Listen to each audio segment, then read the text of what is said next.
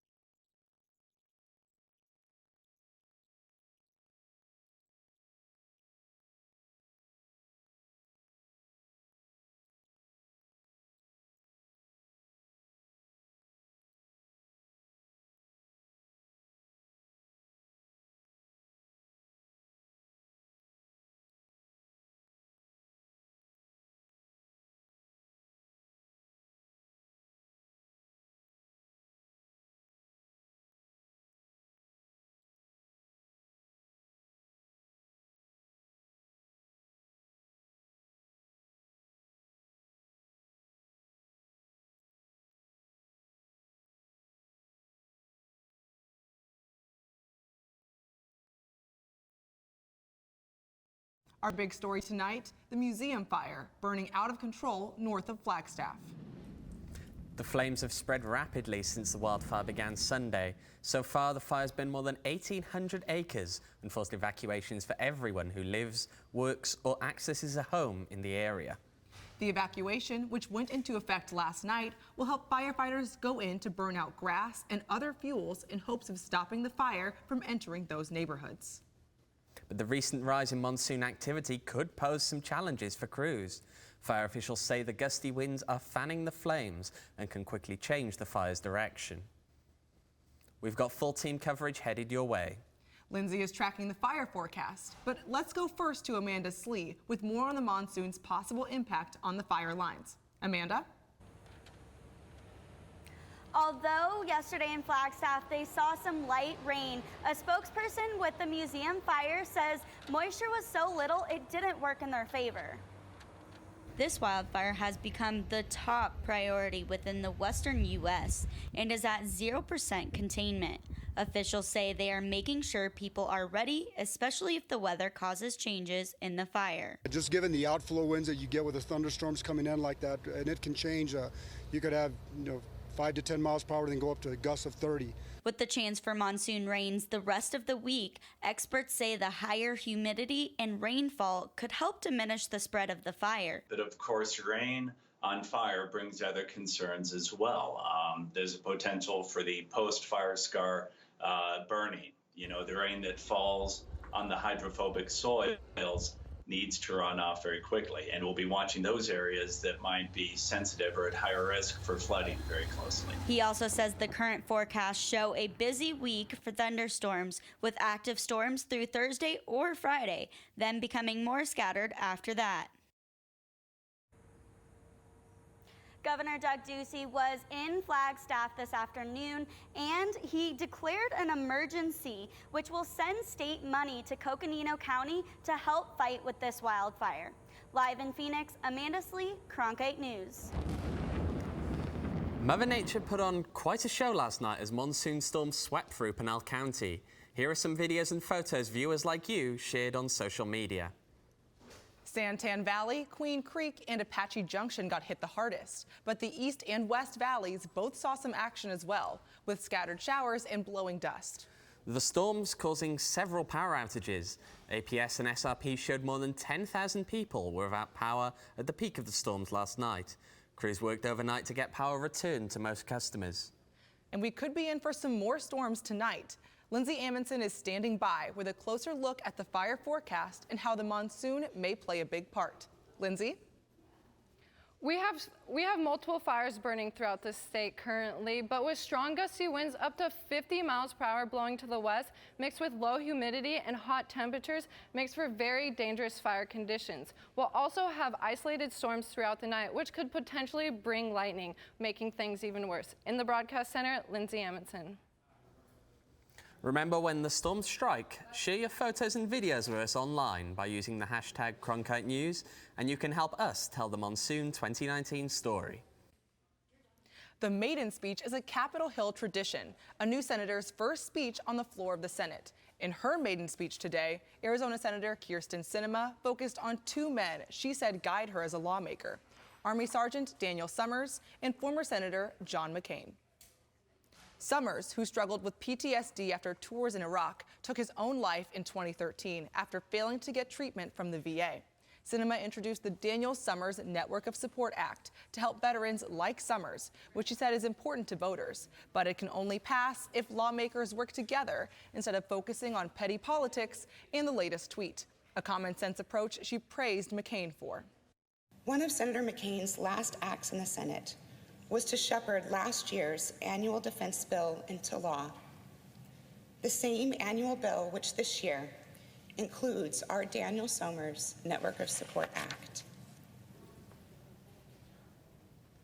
I hope that we are making Senator McCain proud with such important work. Also happening in D.C. today, the acting Secretary of Homeland Security announced a new plan that will subject thousands of immigrants to expedited removal, which means they can be deported without a hearing before an immigration judge. This process applies to any undocumented immigrant who cannot prove they have lived in the U.S. continuously for 2 years or more. But unaccompanied children and immigrants planning to apply for asylum will not face expedited removal. How soon will smart cities be a reality? And who will lead the way? Arizona officials joined others at a congressional forum in Washington today to try to answer those questions. Cronkite News reporter Julianne Paras is live in our Washington bureau with more on that story. Julian? Self-driving cars, community-wide wireless access, all visions of the smart city of the future. But there are several steps that have to be taken before we get to that vision. Or in the case of one college campus, not steps exactly. Northern Arizona University, for example, is testing rolling robots that deliver food on campus to make student life a little easier. Hello, here's your delivery. NAU and Arizona State University were both represented today at Smart Campuses 101, a briefing in Washington where experts talked about the importance of promoting technology on college campuses and how that can be a stepping stone to smart cities. How do we make living in a particular community as well as on a university campus a good thing for not only the students and the staff, but for the citizens that also benefit from the presence of our institutions? Rolling robots aren't the only technology being tried out on college campuses. Speakers at the event talked about clean campus transportation and renewable energy systems, and sensors that can detect breaks in water lines, an important consideration in a state like Arizona. In our case, it's the students on campus at ASU, but it's also the communities in which our campuses sit. And so focusing on how we can improve mobility, decrease water consumption, decrease energy consumption, and just increase their quality of life overall really is the main point for me. And for other Arizona institutions as well. Not only is ASU looking to make living better for its students and their neighbors, but it is collaborating with schools like University of Arizona and Northern Arizona University to accomplish the same goals, says Burrell. ASU, U of A, and NAU are collaborating on regional initiatives that are going to bring smart technologies to our communities of all sizes. The event was sponsored by the Congressional Caucus on Smart Cities, and the ultimate goal for Bowman, Burrell, and the others here is to make the laboratory of campus life the reality of smart cities. Through the research that we do together, through the practitionering that we do of applying and testing these kinds of environments, we're going to make living in Arizona a much better thing. But this is Washington, which means speakers at today's event said they were looking to Congress to adopt policies that will pave the way for the future they envision. In Washington, Julian Paras, Cronkite News. Arizona has won a $90 million federal highway grant to help expand and improve Interstate 17 north of Phoenix. ADOT says the grant will be used as part of a $320 million project to add lanes along 23 miles of I-17, Construction is to be completed by 2023. Today, the City of Phoenix launched a new program aimed at helping those who are homeless, one parking meter at a time. Cronkite News reporter Tanaya Williamson was at the unveiling. Tanaya?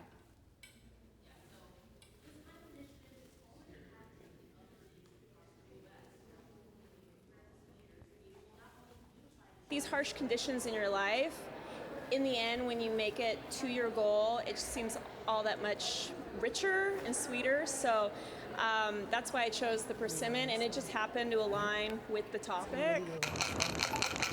The topic is homelessness, and local artist Lydia Quinones has put her own distinctive art in one of these 4 meters. It's a painting of a persimmon, and the persimmon in the Asian culture is seen as a symbol of wisdom. And part of that message means awareness, which is why the City of Phoenix unveiled today their giving meters. Donations will go to Phoenix Cares, the city's homeless prevention program. They will be located in different parts of downtown and include a mobile meter to be placed in high foot traffic areas. We've heard a lot from people in our community. They're concerned, they're generous, they want to do something to make life easier for people experiencing homelessness. According to the Maricopa Association of Governments, there were 6,614 people experiencing homelessness on the night of January 21st, 2019. That's 316 more than during last year's count. For the 6th straight year, unsheltered homelessness, meaning people living on the streets, in desert washes, cars, or another place not meant for habitation, increased. Councilwoman Deborah Stark led the initiative to have the meters installed. She says she got the idea while visiting a cousin in California. He goes, well, it's to help curb panhandling and help in homelessness. And I thought, wow, that's a great idea. Let me bring it back to the city of Phoenix. So I did. Each meter is unique in its own way, designed to remind those facing homelessness there are better days ahead. I'm getting rid of my coins. I know it's going to a good purpose. I know that I'm bettering my community. I love my community. I want to help my community. So yeah, I think they're really great. Another great thing about the giving meters is that they function like a regular parking meter. They accept coins, including pennies, and even credit and debit cards. Reporting at the digital desk, Tanaya Williamson, Cronkite News. She's the large bit in charge. Boom. Coming up on Cronkite News, being comfortable in your own skin. How a rising drag star here in the Valley hopes to inspire other queens of color.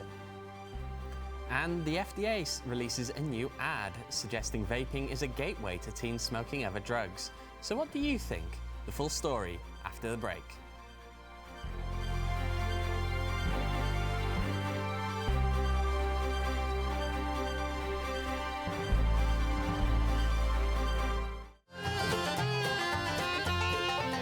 All of its children had come to the Mother Church of Country Music.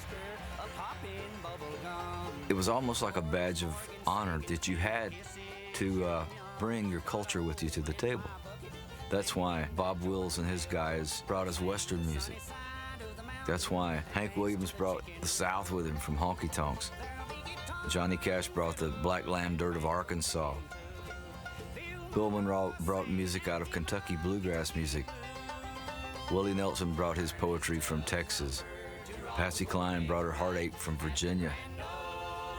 I mean, it was the most wonderful parade of sons and daughters of America that brought their hearts and their souls and their experiences, and it gave us a great era in country music.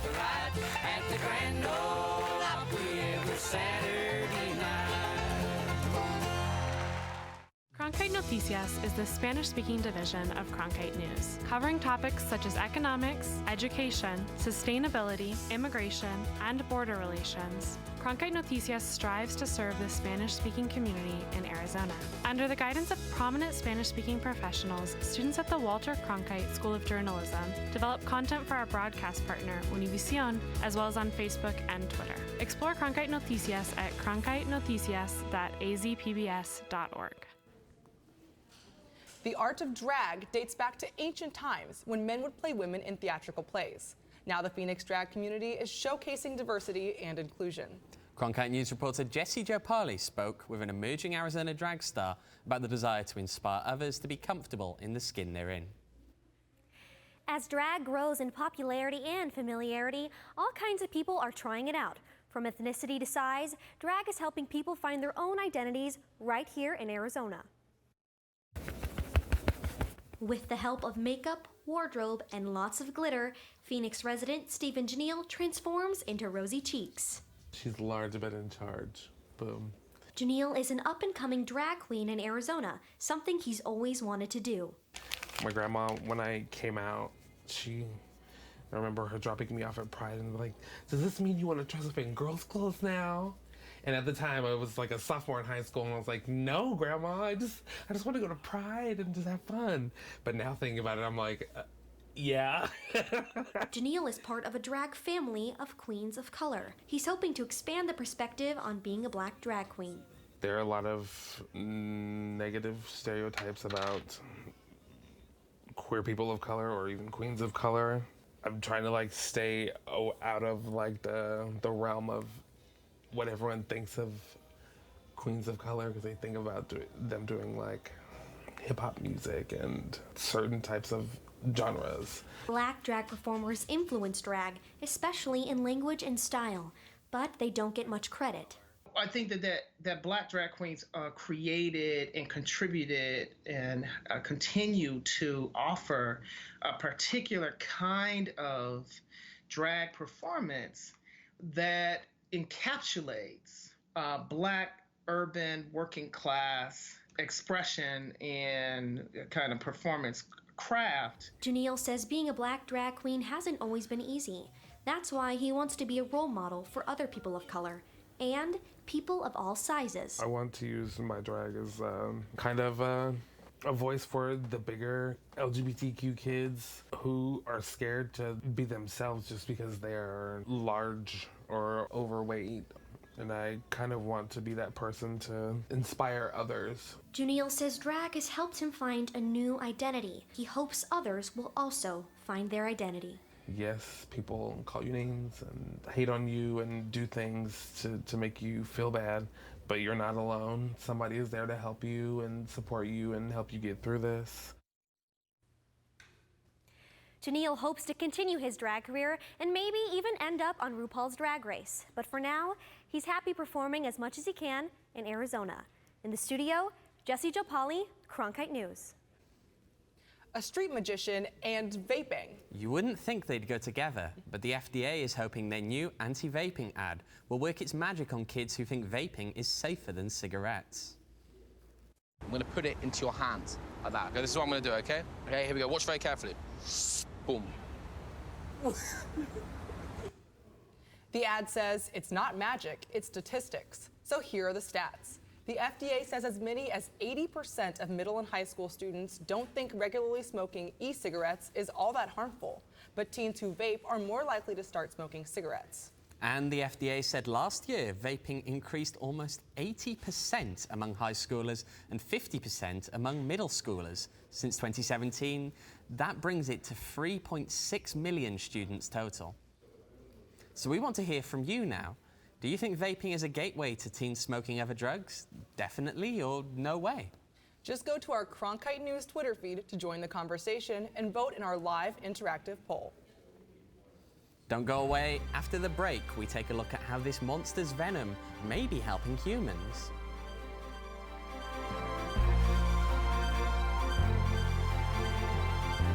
I'm Judy Woodruff, anchor and managing editor of the PBS NewsHour.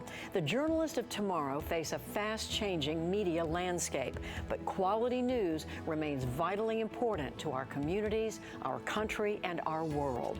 At ASU's Walter Cronkite School of Journalism and Mass Communication, students learn solid, reliable reporting, holding the powerful accountable, and rebuilding the public's trust. The Cronkite School and Arizona PBS, preparing the next generation for a stronger future of journalism.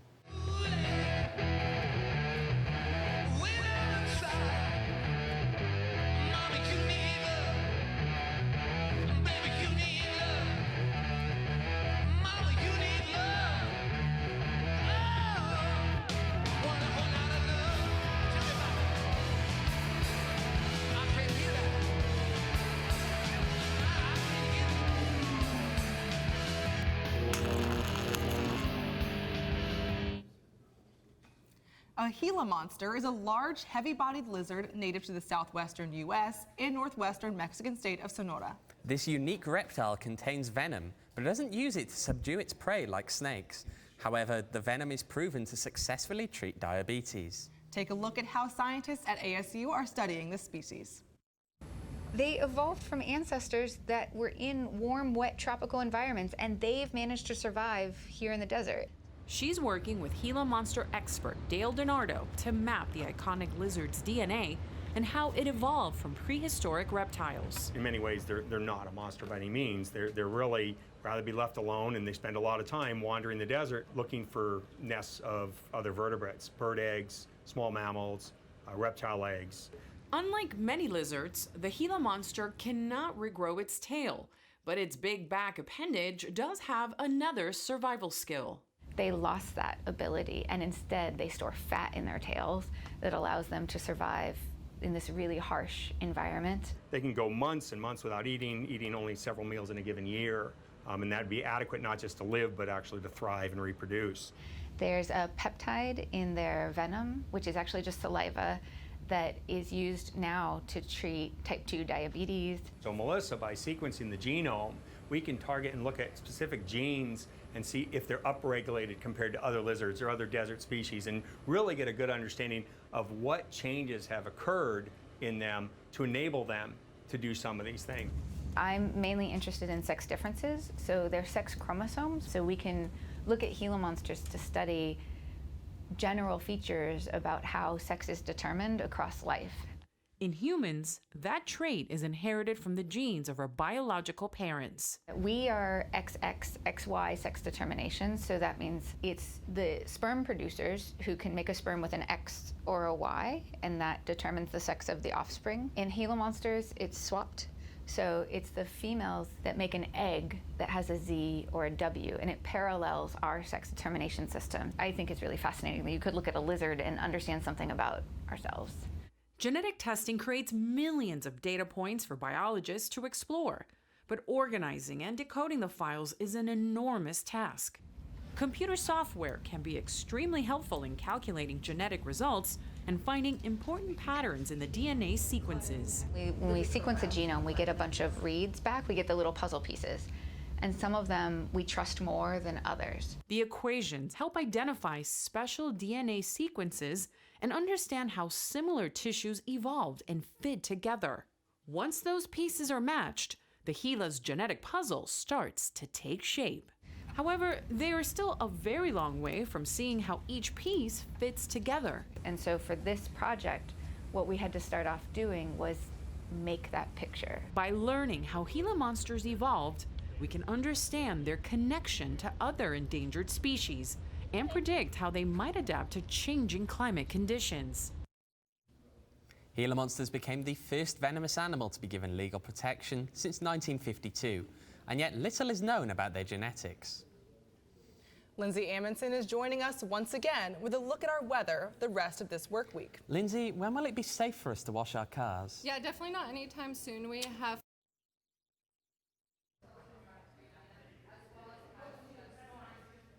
the monsoons definitely brought the cooler weather to us here in Arizona.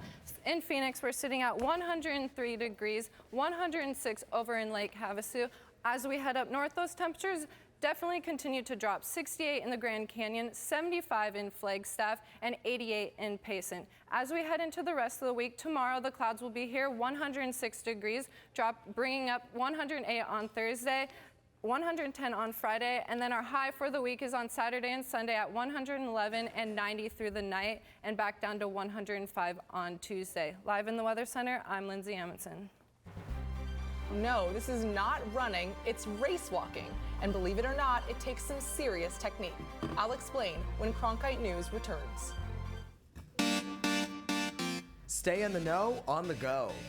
At Cronkite News, we work hard to report the facts and keep you updated, whether we're on set or on the scene.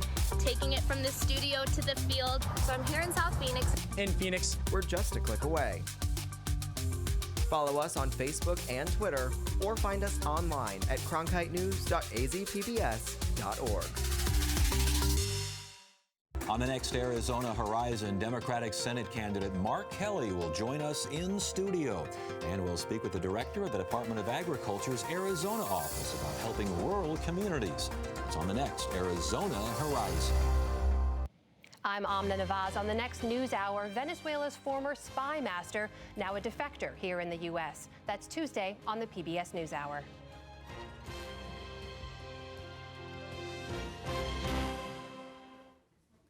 When it comes to track and field, most people are familiar with running, jumping, and throwing, but some athletes compete in walking. In fact, race walking has been part of Olympic track and field since 1908. I caught up with some young athletes race walking their way to the Junior Olympics. Go! Maria Lopez is no stranger to race walking. She's competed for over 20 years in the little-known sport. Now she coaches for Arizona Athletics Track Club and tries to teach young athletes that there is more to track and field than running. It's a challenge because no everybody can do that, and I like the form, the technique. It's fun. Now, this sport takes more than just your average walk in the park. Race walking is all about proper form, like straight legs and planted feet. And without these, competitors can be disqualified. Learning that technique has been pretty hard, a lot of steps, but once you learn all those steps, you become like an expert. That technique helps race walking maintain a low injury rate, according to a study from San Diego State University.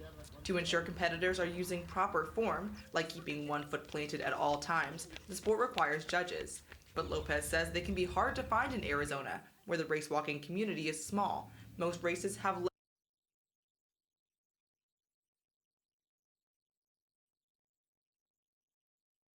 big competitions, so we always get to travel around the country. The Arizona Athletics race walkers all hope their team grows, and that love for the sport grows as well. Learning this with everybody else has been a huge experience for me, and I hope it's an experience for everybody else. Now, 3 of these Arizona race walkers have qualified for the Junior Olympic National Championships, which are currently underway in Sacramento, California.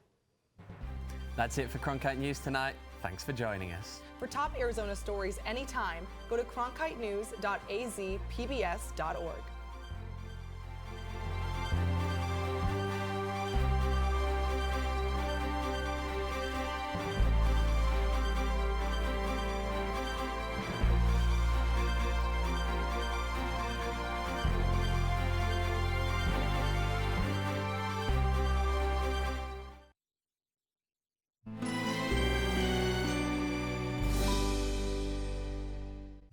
The PBS Summer of Space continues as the risks and dangers intensify on Chasing the Moon. We were fixing arrows very close to flight time. My feeling was they were flying with baling wire and rubber bands. Then we spend a year in space. Scott Kelly is traveling over 139 million miles. I think it's worth it. Chasing the Moon and a year in space on the PBS Summer of Space. Tonight at 7 on Arizona PBS. Arizona PBS deeply appreciates every gift we receive, and we are proud to honor our Executive Society. These supporters believe in the mission of public television and are making a real impact in our community. If you would like to join the Executive Society, please call the number below or log on to azpbs.org to join. Thank you.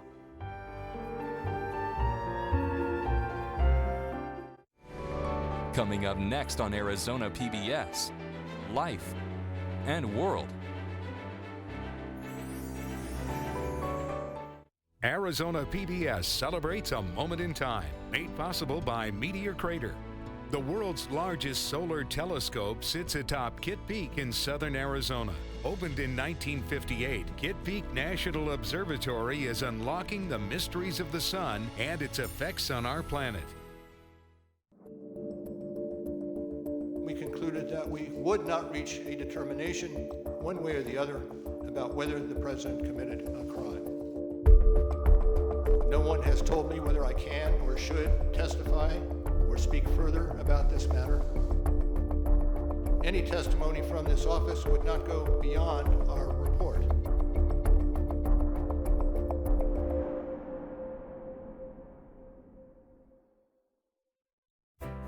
Explore new ideas and new worlds here on Arizona PBS, a community service of Arizona State University.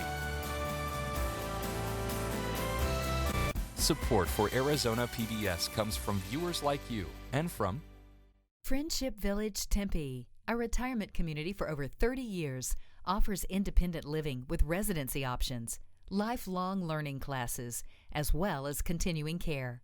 Information at friendshipvillageaz.com. At Biltmore Loan, assets like diamonds, rare collectibles, or sports memorabilia can become cash. We respect your privacy and buy our loan on most things you own in Scottsdale or Chandler or online at biltmoreloan.com. At Biltmore Loan, we say yes when the banks say no. Reading Arizona has ebooks and audiobooks about Arizona available for all ages. Explore the people, places, and history of Arizona with Reading Arizona at readingarizona.org.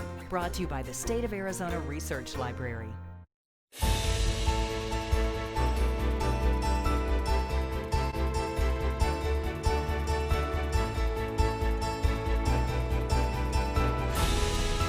Coming up next on Arizona Horizon, Democratic candidate for U.S. Senate Mark Kelly joins us in studio.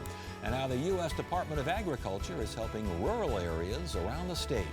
That's next on Arizona Horizon. Arizona Horizon is made possible by contributions from the Friends of Arizona PBS, members of your PBS station. Thank you. Good evening and welcome to Arizona Horizon. I'm Ted Simons. Governor Doug Ducey today declared a state of emergency in Coconino County. It's because of the museum fire north of Flagstaff, which has burned up to 2,000 acres and is still 0% contained. 5,000 homes just north of Flagstaff are under pre-evacuation orders and remain at risk, with 600 fire personnel under Type 1 management teams working to protect homes and infrastructure. Monsoon moisture could help contain the fire, but officials remain concerned that too much rain would bring serious flooding. And Arizona Senator Kyrsten Sinema today gave her first speech on the Senate floor. Sinema said she waited 6 months into her term to deliver her so-called maiden speech so that Arizonans could first see how she's governed. In the speech, Sinema addressed her lack of criticism of recent tweets by President Trump. Americans see a lot of chaos in this city. There's intense pressure from all sides to spend time and energy on every scandal, every insult, every tweet, and every partisan fight. And it is very easy to get distracted. It's the simplest thing in the world to line up on either side of a partisan battle. What's harder, though, is ignoring the chaos and getting out of our comfort zones to build coalitions and get things done. And it's exactly why, as Arizona Senior Senator, I won't spend my time focusing on areas of disagreement, because spending energy on the latest tweet, the latest insult, and the petty politics simply doesn't move the needle for everyday people. Sinema has avoided commenting on the president's policies and behavior. Sinema today did invoke the late Senator John McCain in urging her colleagues to seek compromise instead of division. Well, McCain's Senate seat will be voted on by Arizonans next year. Republican Martha McSally was appointed to the seat last year. She now has to win the vote to stay in office. Her likely Democratic challenger, he's our next guest, Mark Kelly, who joined us earlier today. Mark Kelly, thank you so much for joining. It's good to have you here. Thank you for having me on. You betcha. We just heard Senator Sinema saying something along the lines of that she can't respond to every tweet that Donald Trump makes, and that's understandable. These last collection of tweets, though, is